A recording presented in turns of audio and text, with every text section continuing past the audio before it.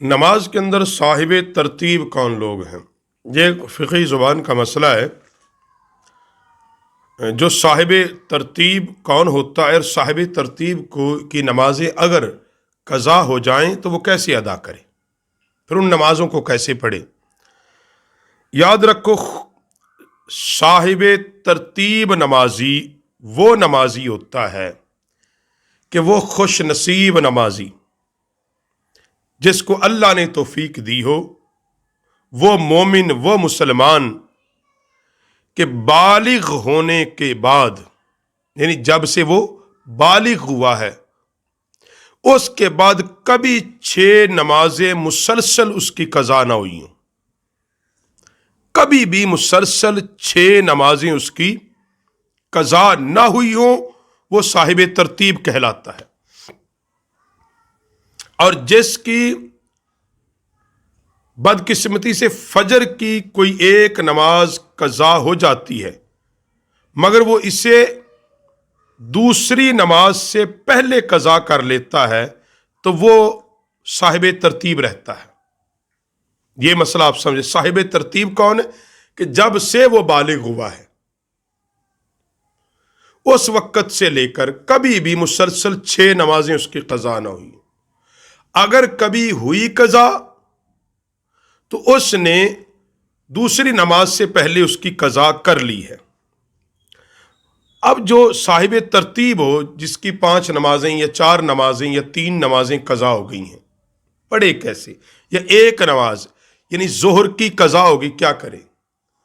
اب عصر کا جب وقت آ گیا ہے تو اس کے لیے حکم شرع یہ ہے کہ پہلے وہ ظہر کی نماز کو پڑھے۔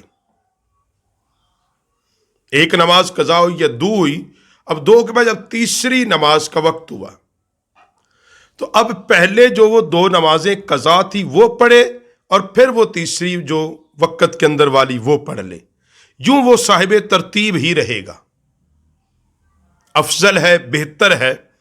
ہاں اگر جس طرح مغرب کی اذان ہو چکی تھی، اب اس نے عصر کی نماز پڑھ نہیں سکا تھا، اب جماعت کھڑی ہو گئی تھی، وہاں فقہاء نے لکھا ہے کہ وہ جماعت کے ساتھ نماز مغرب پڑھ لے اور اس کے فوراً بعد جو نمازیں اس کی قضا ہوئی تھی ان کو ادا کر لے، ان کو ادا کرے۔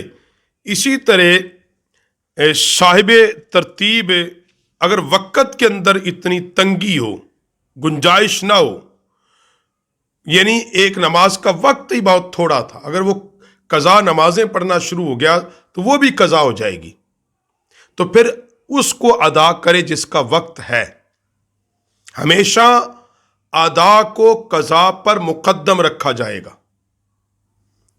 ادا نماز کو قضا پر مقدم رکھا جائے گا، اس کو پہلے ہی پڑھا جائے گا۔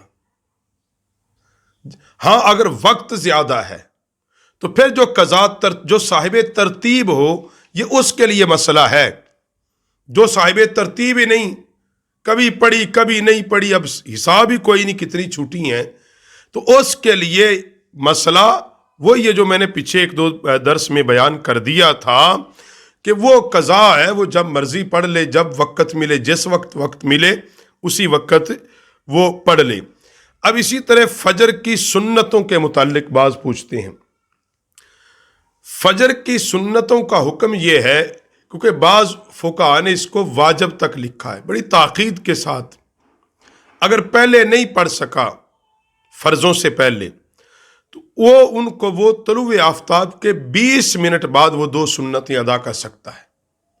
یہ فجر کی سنتوں کا حکم ہے کہ وقت نکل بھی جائے تو اس دن کی سنتیں وہ پڑھ لے، یا نماز قضا ہوگی فجر کی، سورج نکل آیا ہے تو طلوع آفتاب کے بعد اگر پڑھتا ہے تو 7 سنتیں بھی پڑھ لے۔